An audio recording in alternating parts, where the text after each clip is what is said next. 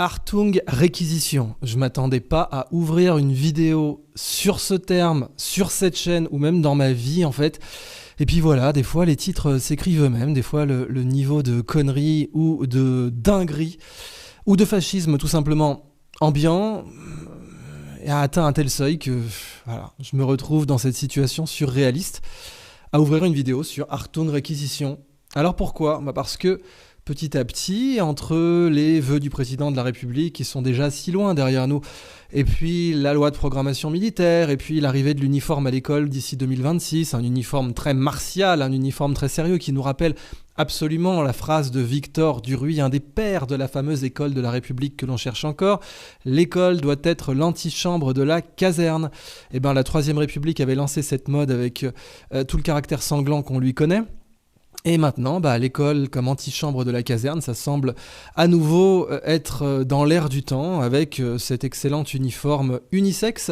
Et puis à côté, donc, de plus en plus de déclarations martiales. Et bien sûr, je voulais ouvrir là-dessus. Réarmement démographique, inspirez-vous des Ukrainiens, ou de plus en plus de phrases aussi bien au Parlement en France que dans la presse. Inspirez-vous des Ukrainiens, eux ils meurent jusqu'au dernier, ils ont le bon goût d'avoir eu plus de 500 000 morts.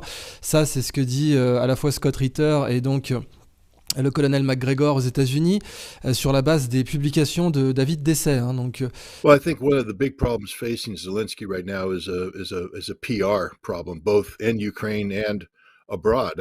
How do you square 500,000 dead? And here's the thing about Zelensky's numbers. You know, we know that there have been 400,000 obituaries for Ukrainian soldiers since the start of this war. C'est sérieux, pour Scott Ritter et pour le colonel McGregor, on a atteint les 500 000 morts côté ukrainien sur la base de l'analyse des cimetières et sur la base de l'analyse des avis de décès, des faire-part de décès bien évidemment militaires, ou en tout cas de personnes qui étaient engagées au front. Et puis on voit bien sûr la façon dont c'est réquisitionné toujours, à savoir envoyé dans un van et ensuite vous partez au front avec un minimum de formation pour une guerre dont plus personne ne sait vraiment pourquoi il l'a fait aujourd'hui là-bas. Alors la France est-elle en train de partir dans la même direction ?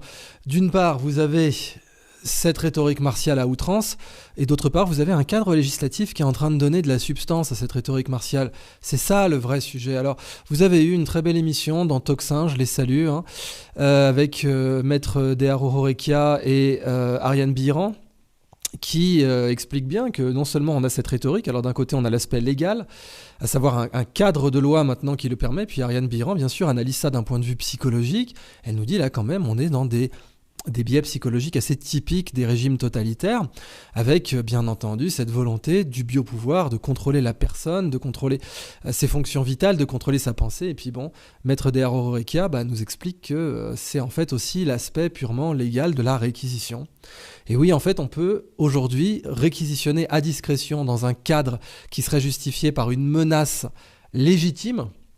Vous imaginez toute la latitude que vous avez pour interpréter ça. Une menace légitime ou perçue comme réaliste. Donc évidemment, le grand méchant Poutine qui va marcher sur l'Europe parce qu'on sait que c'est absolument ça l'idée.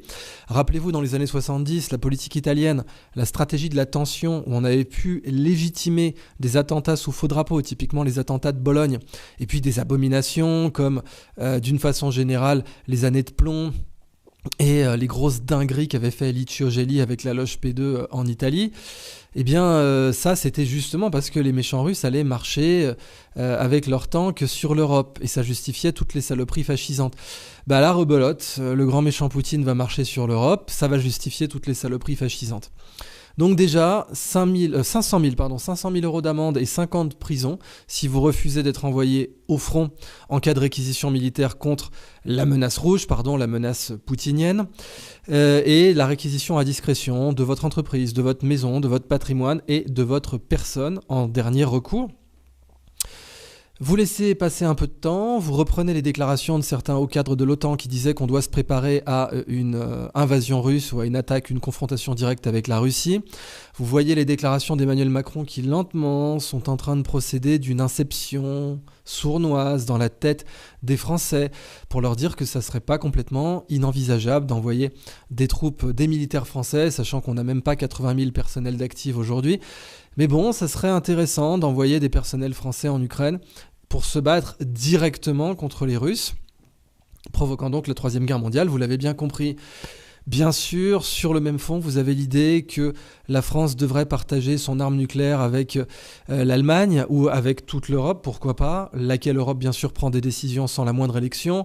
Rappelez-vous Ursula von der Leyen qui avait déjà porté de très graves coups à la liberté d'expression et à la liberté d'information aussi, puisqu'elle refuse toujours de publier ses SMS avec Albert Bourla, le patron de Pfizer, ce qui dans une démocratie est complètement inenvisageable.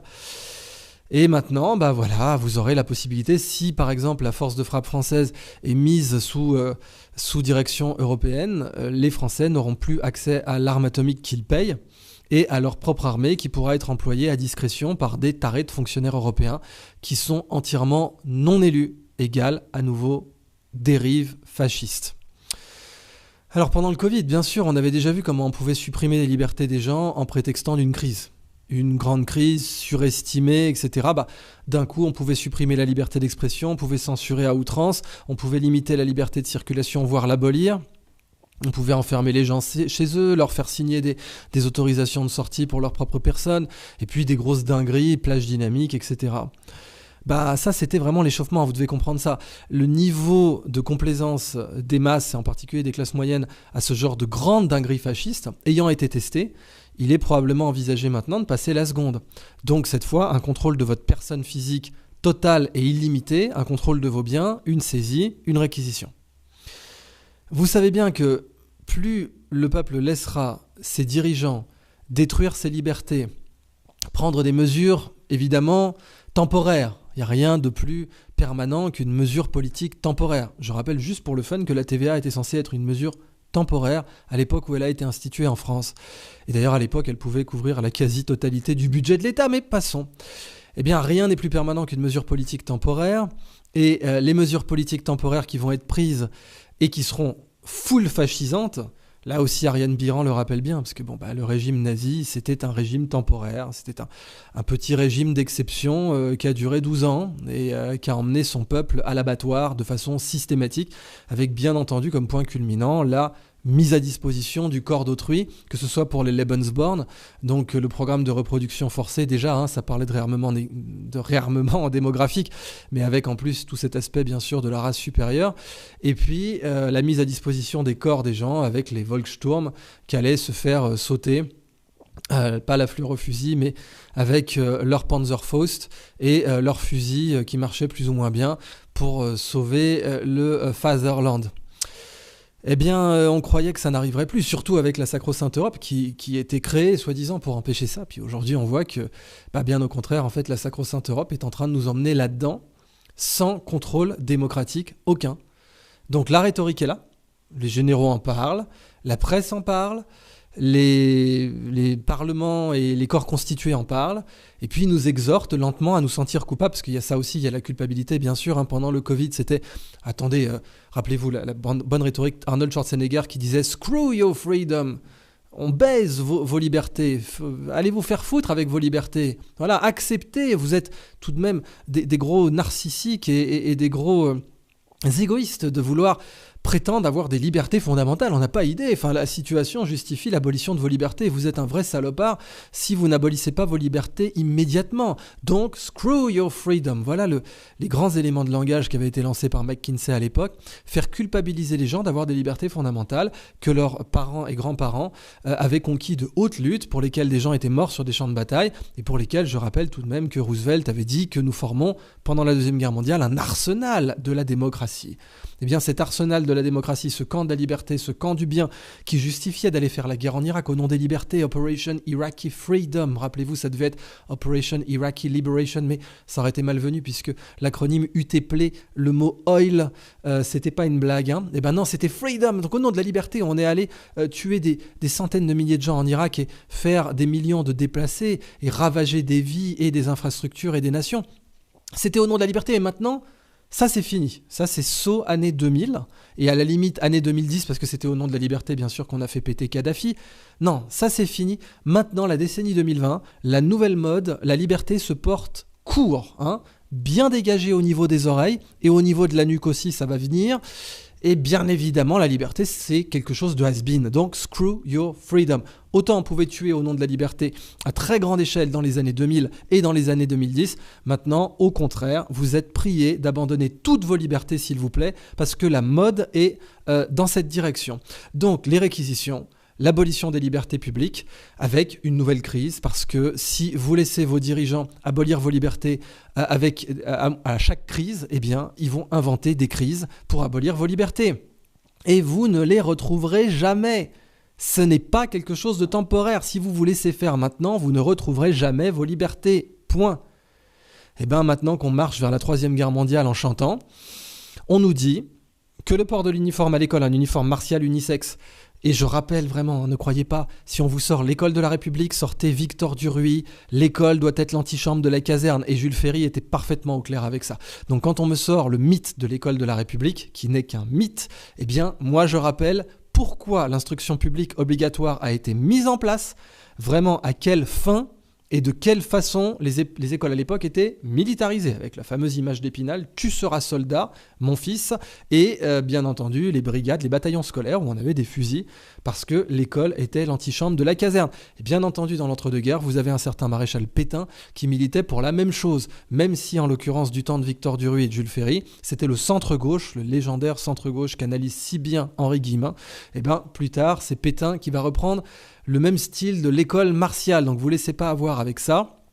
Parler de réarmement démographique et imposer l'uniforme à l'école d'ici 2026, c'est pas du tout quelque chose d'anodin. Ça va vous former une génération qui sera prête à sauter pour son pays, parce qu'entre-temps, vous lui aurez appris, avec tous les contes de trolls à drapeau, qu'elle devrait avoir honte, screw your freedom, de ne pas imiter les braves Ukrainiens qui, eux, sont morts à coups de 500 000 aujourd'hui, contre le grand ennemi russe, bien entendu. Le grand ennemi russe, lequel, comme d'hab, veut nous attaquer, puisque c'est toujours l'autre, l'ennemi, comme disaient des proches, l'ennemi est con, il croit que c'est nous l'ennemi alors que c'est lui. Donc c'est le grand méchant Poutine, bien sûr, qui nous attaquera, soyez-en certains. C'est pas nous qui allons le provoquer, ou c'est pas nous qui allons faire en sorte que ça se déclenche. Nous étant le camp de l'extrême occident, bien entendu, Washington et ses États satellites, comme l'Union soviétique, vraiment. Aujourd'hui, exactement comme dans Star Wars, la République devient l'Empire, eh bien, les États-Unis sont devenus pires que ceux contre quoi ils luttaient, c'est-à-dire qu'ils ont formé l'équivalent d'une Union soviétique 2.0 avec des États satellites qui appliquent directement la politique de Washington aujourd'hui. Alors, quelle est-elle ? Cette politique semble être d'aller droit vers la Troisième Guerre mondiale. Alors après, vous avez deux écoles. Vous dites soit c'est juste Putin is the new Covid. Donc le Covid a permis de justifier des rêves humides de confiscation de liberté publique qui aurait été complètement inenvisageable 3 ans plus tôt. Donc, trouvons un nouveau Covid. Alors, soit ce sera un virus qui ferait 10% de morts, mais le problème de ce genre de virus, qui existe bien entendu, les laboratoires sont faits pour ça. Ah tiens, d'ailleurs au passage, une énième théorie du complot a été révélée vraie par le New York Times. Oui, il y avait bien 14 bases de la CIA en Ukraine, et ces 14 bases étaient proches du Donbass, voire dans le Donbass. Donc de là à dire que l'attaque russe de 2022 était vraiment ou pas vraiment unprovoked, c'était le terme que vous retrouviez dans la presse, je sais pas moi, si jamais les Russes mettaient une base du SVR au Mexique, 14 et à la frontière, je suis pas certain que les Américains le prennent bien. Déjà qu'ils sont allés inventer que l'affaire du portable de Hunter Biden était une intoxication russe, ce sont des agents de la CIA qui ont témoigné et c'était bien entendu faux.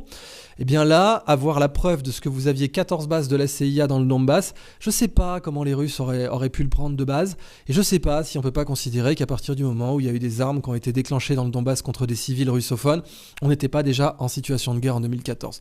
Quoi qu'il en soit, aujourd'hui, cette énième théorie du complot est avérée exacte. Vous avez compris maintenant l'heuristique, quand vous avez des terroristes intellectuels qui disent que c'est une théorie du complot, investiguez, direct. Dites-vous, ça veut dire que c'est une théorie sérieuse. Ils ont eu la courtoisie de mettre un coup de stabilo sur la théorie pour que j'aille vérifier par moi-même si elle était sérieuse ou pas. C'est censé être un feu rouge de la pensée.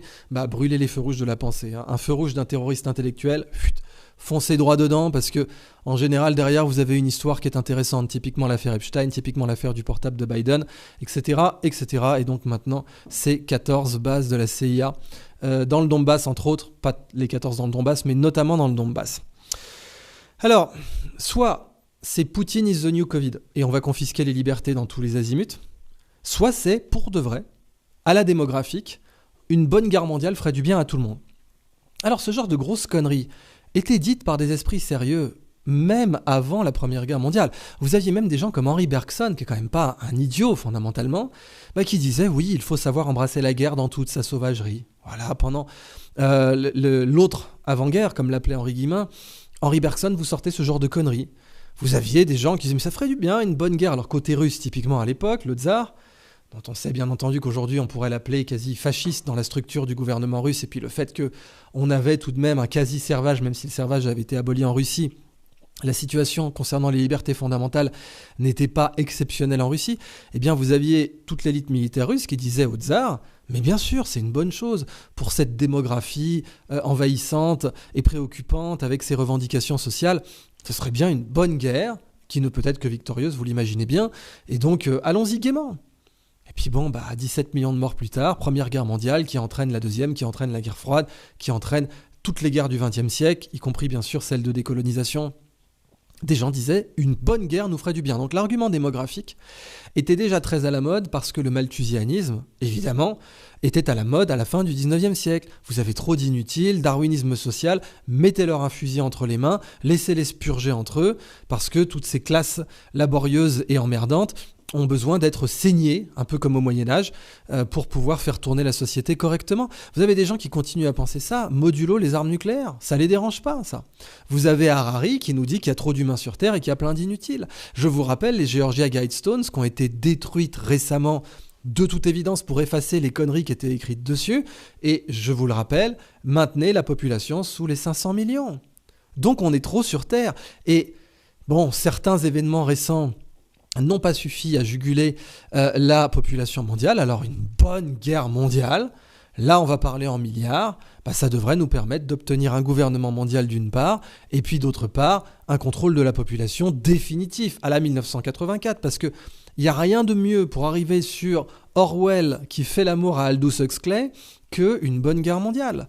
Vous aurez d'un côté une abolition des libertés publiques, ça c'est Orwell, et avec un contrôle total de votre façon de penser, ça c'est déjà le terrorisme intellectuel qu'on a aujourd'hui, mais on va aller encore plus loin.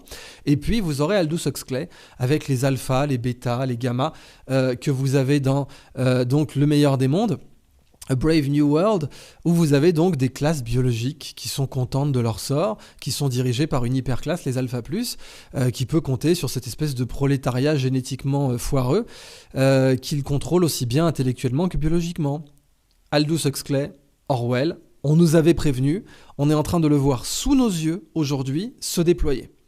Donc aujourd'hui, Screw Your Freedom, ça y est, c'est rentré dans la tête des gens. Et bientôt, ça sera screw ceux qui ne veulent pas faire la guerre au grand méchant Poutine. Donc il va falloir vous embarquer. Comme ça se fait en Ukraine, ce serait bien que ce soit à l'échelle européenne, bien entendu. Et troisième guerre mondiale, why not ? Vous avez des gens qui pensent comme ça. C'est pas une blague. Vous avez vraiment des gens qui pensent comme ça. Alors l'autre possibilité, bien sûr, c'est que ce soit juste un épouvantail pour confisquer les libertés publiques, avoir Orwell et Aldous Huxley, mais sans la guerre. C'est une possibilité. Comme ça, après 6 ans où on aura tous entendu dans les grands médias et avec les terroristes intellectuels pour rabattre les réfractaires, on aura tous entendu c'est imminent, la guerre nucléaire arrive, Poutine va nous frapper, vraiment comme pendant la pire terreur des années 50 aux États-Unis, où on fera même des exercices. Ça aussi, c'est repéré par Maître Deharorekia et Ariane Biran dans les textes de loi. On a maintenant des directives aussi qui nous disent à l'école, il faudra faire des entraînements militaires, les casernes devront être mises à la disposition des civils. Donc vraiment, on va créer une période de tension où la dernière chose à laquelle vous pourrez penser, ce sera vos libertés et vos acquis, alors là, et vos économies et votre propriété, parce que la propriété, c'est aussi une liberté fondamentale. Non, ça sera la dernière chose. Et puis, en admettant même que vous y pensiez, vous serez immédiatement dans une posture de vous dire méchant, vous vous frapperez vous-même. C'est méchant, t'as pas honte pendant qu'il y a des gens qui meurent ou pendant que Poutine s'apprête à nous égorger tous. T'as pas honte de penser à ta maison, t'as pas honte de penser à ta liberté, t'as pas honte de penser à ta propriété. T'as pas honte de penser à ton individualité ? T'as pas honte de penser au fait que tes enfants n'aillent pas à l'exercice militaire ? T'as pas honte ? Screw your freedom, c'est ça qui va se passer. T'as pas honte ? Et ça, c'est profondément en cours d'ancrage dans la tête d'une majorité puissante de la population. Et c'est l'abomination qu'on est en train de voir aujourd'hui. Donc soit l'hyperclasse est en train de placer ses jetons législatifs, ces pions sur l'échiquier, juste pour confisquer les libertés publiques sans guerre mondiale, soit c'est pour vraiment les utiliser pendant une guerre mondiale. 500 000 € d'amende, 5 ans de prison si vous refusez d'être envoyé au front, si vous refusez une réquisition. Et la réquisition est motivée d'un point de vue légal par des choses entièrement vagues, comme les engagements de la France vis-à-vis de ses alliés, l'OTAN du coup, ou bien une menace qui semble sérieuse, qui semble crédible. Ah là, ça justifie une réquisition, vous envoyez au pas de loi dans des casernes. C'est gravissime. C'est gravissime. Donc, soit cette réquisition va être faite par épouvantail, soit vous avez vraiment une classe qui se dit « Écoutez, nous, on a érigé les Georgia Guidestones pour bien signifier que la population mondiale ne devrait plus jamais en tout cas dépasser les 500 millions », ce qui signifie un génocide à une échelle jamais atteinte et envisagée dans l'histoire humaine. Soit, simplement, c'est un épouvantail pour confisquer les libertés publiques. Et entre les deux, n'oublions jamais que la guerre a une existence propre. La guerre est comme un feu. L'homme a domestiqué le feu, mais depuis qu'il a domestiqué le feu, il a quand même besoin de pompiers. Des fois, le feu, tout domestiqué qu'il est, nous échappe. Des fois, l'énergie nucléaire, toute domestiquée qu'elle est, nous échappe, typiquement Tchernobyl. Et bien des fois, la volonté de contrôler une guerre pour obtenir quelque chose de politique, ça nous échappe aussi à toutes les échelles. Regardez comment Netanyahou en Israël espérait atteindre des objectifs politiques et les vendre à sa propre population qu'il a complètement baisé, pardonnez-moi, à partir du fait de faire monter le Hamas, par exemple. Aujourd'hui, ça lui a complètement échappé. Cette situation est hors de son contrôle. Mais il n'ose absolument pas l'admettre à ses propres électeurs, mais c'est la situation actuelle. Bon, ça, c'est petite échelle. Un peu plus grand, vous aviez Napoléon III, l'impératrice Eugénie, qui pensait vraiment qu'une bonne guerre avec l'Allemagne permettrait de faire remonter la popularité de son époux. Et puis, ça a précipité la fin du Second Empire. Donc souvent, on croit qu'on va pouvoir utiliser la guerre. Je vous ai parlé du cas des militaristes, aussi bien au Japon d'ailleurs pendant la Deuxième Guerre mondiale que avec le tsar pendant la Première Guerre mondiale. Ça leur a complètement échappé parce que l'être humain croit, depuis la bataille de Megiddo, qui a donné le mot Armageddon, qui est considéré comme une des premières grandes batailles rangées de l'histoire. Depuis la bataille de Megiddo, l'humain croit qu'il peut contrôler la guerre, alors qu'en fait c'est la guerre qui le contrôle, systématiquement. C'est la guerre qui contrôle l'humain et qui fait de lui, pardonnez-moi, sa bitch. C'est pas l'humain qui contrôle la guerre. À chaque fois, il le croit. À chaque fois, c'est elle qui gagne. Donc, la troisième voie, c'est entre on utilise la guerre mondiale comme épouvantail pour confisquer les libertés publiques, pour imposer les monnaies de banque centrale, pour créer un régime fasciste, soit il y a vraiment la guerre mondiale, on en profite parce que la guerre mondiale, c'est mieux qu'un virus qui ferait 10% de morts ou 20% de morts, parce que ça, vous n'êtes pas à l'abri vraiment d'un coup d'État, d'une guerre civile. Si d'abord, vous avez mis tout le monde sous uniforme, réquisitionné tout le monde, mis tout le monde au pas, là, un coup d'État, une guerre civile est beaucoup plus difficile. Donc je pense que si des gens voulaient d'aventure réduire la population mondiale, je vous renvoie aux excellentes saillies et sorties du prince Philippe qui disait « Moi j'aimerais bien être réincarné en virus géant parce qu'il y a trop d'humains sur Terre » alors que le type était un des gars sur Terre qui avait la plus grosse empreinte, mais bon, passons. Eh bien, sachant que cette classe existe, qui dit de façon répétée qu'il y a trop d'humains sur Terre, eh bien oui, une guerre mondiale est plus sympa qu'un virus mortel, parce que le virus mortel peut mener à des pertes de pouvoir, alors que la guerre mondiale, non, puisque d'abord, vous créez un régime fasciste, total et totalitaire.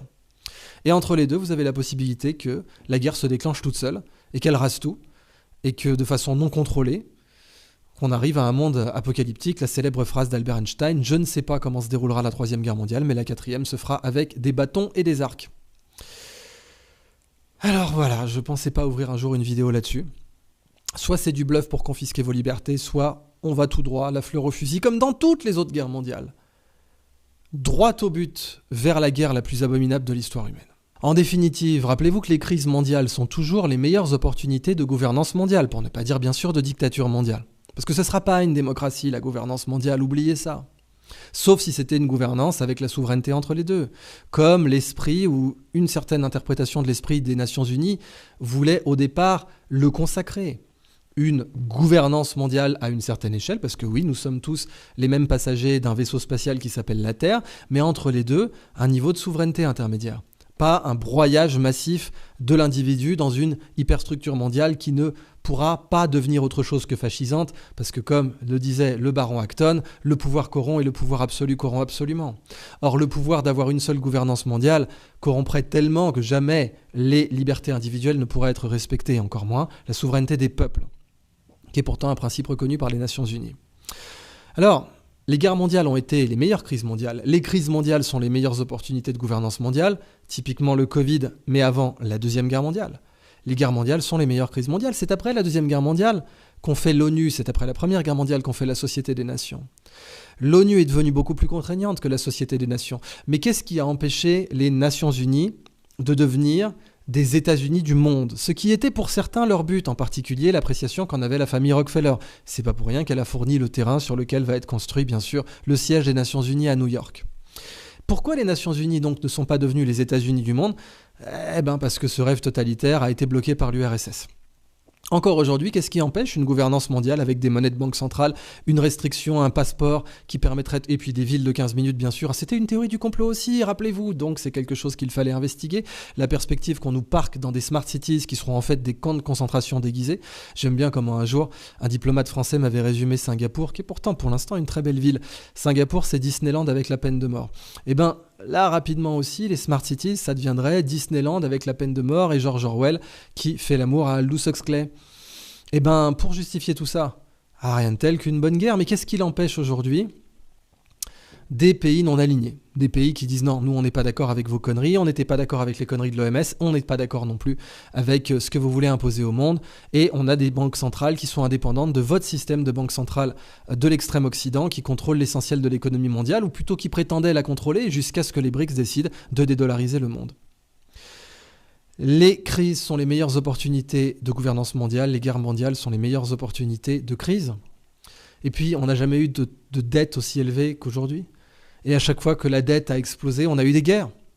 À chaque fois, même avant l'ère industrielle. Je veux dire, c'est la dette accumulée par la France pour son engagement dans la guerre d'indépendance américaine qui a précipité la Révolution. Ce sont des niveaux de dette qui ont précipité ensuite les guerres napoléoniennes, bien entendu, puisque c'est pour regarnir les caisses de la France que Napoléon est parti à la conquête de l'Europe, pas pour propager l'idéal de la Révolution. Soyons un peu sérieux 2 minutes. Et puis ensuite, toujours, les niveaux de dette ont mené à la guerre. La Première Guerre mondiale, la Deuxième Guerre mondiale, aujourd'hui, beaucoup de gens misent sur une Troisième Guerre mondiale. On est en train de nous l'imposer d'abord par les éléments de langage. Screw your freedom, le réarmement démographique, les réquisitions, la loi de programmation militaire, le vocabulaire qui est en train de percoler lentement dans le discours politique, dans le discours en particulier de l'exécutif, mais aussi des corps constitués, mais aussi bien sûr de la presse milliardaire de l'extrême occident, qui n'est là que pour répéter la doxa du pouvoir et faire en sorte d'enfermer les humains soit dans la pire confiscation de liberté publique de l'histoire de l'Europe, soit dans la Troisième Guerre mondiale.